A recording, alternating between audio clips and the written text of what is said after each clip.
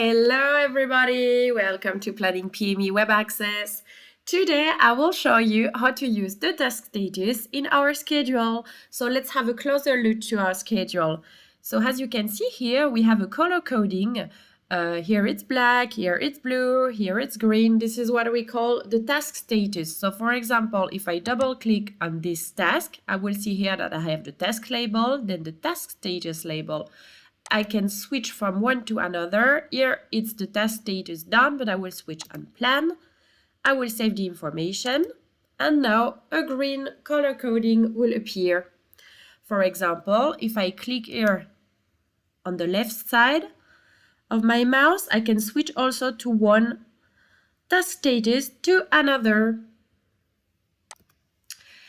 If you want, you have also the possibility to even more customize your task status by clicking here on the menu Data, then choose Task Status. Here you have the possibility to add one by clicking here. Or you have the possibility to double click on one of those task status. For example, here I clicked on the task status Done. I have the possibility here to modify it. I will write down here Completed. Save the information.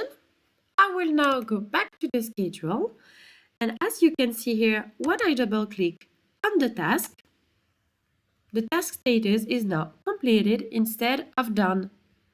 Let's go back to the menu now, task status.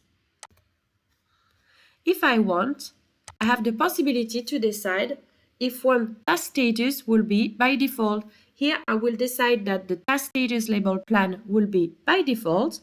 I will tickle the box here, save the information, go back to the schedule, and now when I will create a new task for the resource William, the task status plan will appear automatically. So thank you for your attention and see you soon for new videos.